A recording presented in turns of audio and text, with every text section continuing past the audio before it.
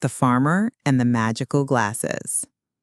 In a small, quiet village nestled between rolling green hills, there lived a kind farmer named Samuel.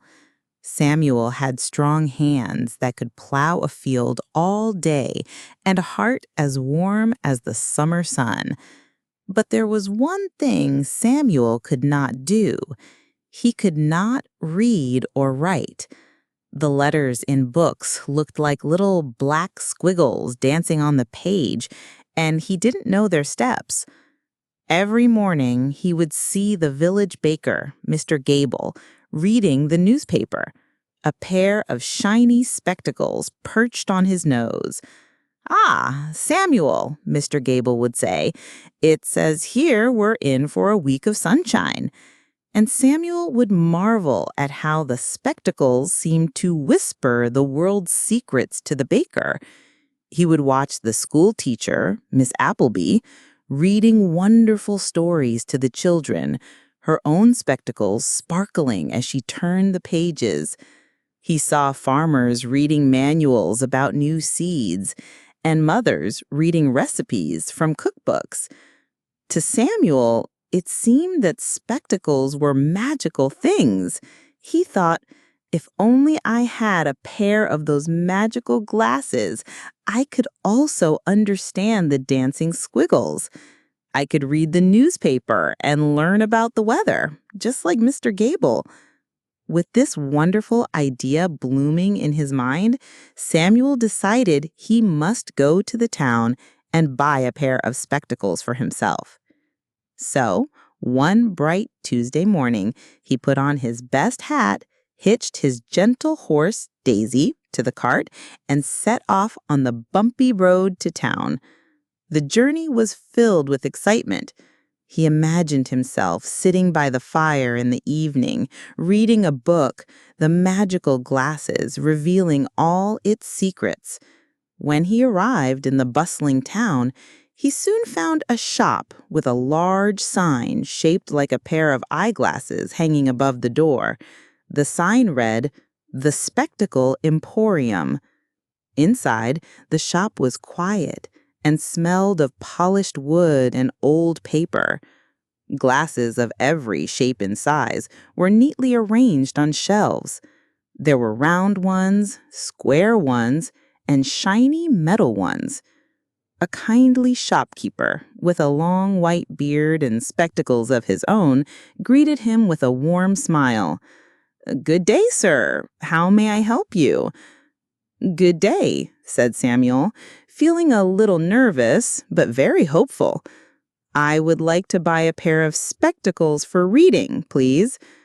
"Of course," said the shopkeeper. He took a thick book with a handsome red cover from a nearby table. "Let's find the perfect pair for you." He handed Samuel a pair of spectacles with round wire frames. Samuel put them on carefully. He looked at the book. The squiggles were still just squiggles. "No, not these," he said, shaking his head. The shopkeeper gave him another pair, this time with sturdy black frames. Samuel put them on. He stared hard at the page, but the letters remained a mystery. "These are no good either," he said, his voice filled with disappointment. One by one, Samuel tried every pair of reading glasses in the shop.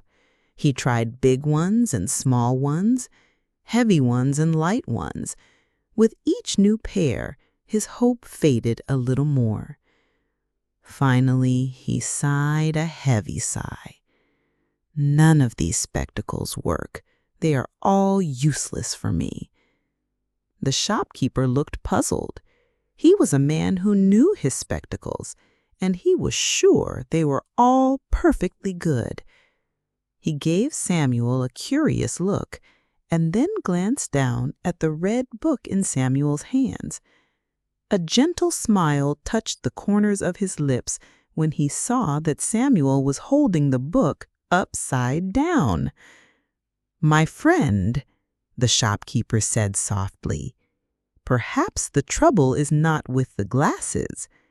Can you tell me what these letters say?" Samuel's cheeks turned pink.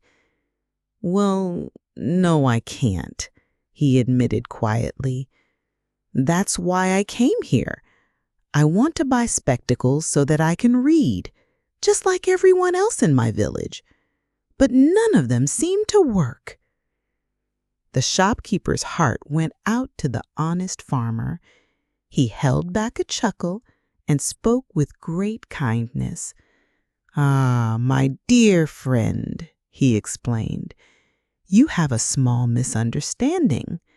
Spectacles are indeed wonderful, but they are not magical in that way.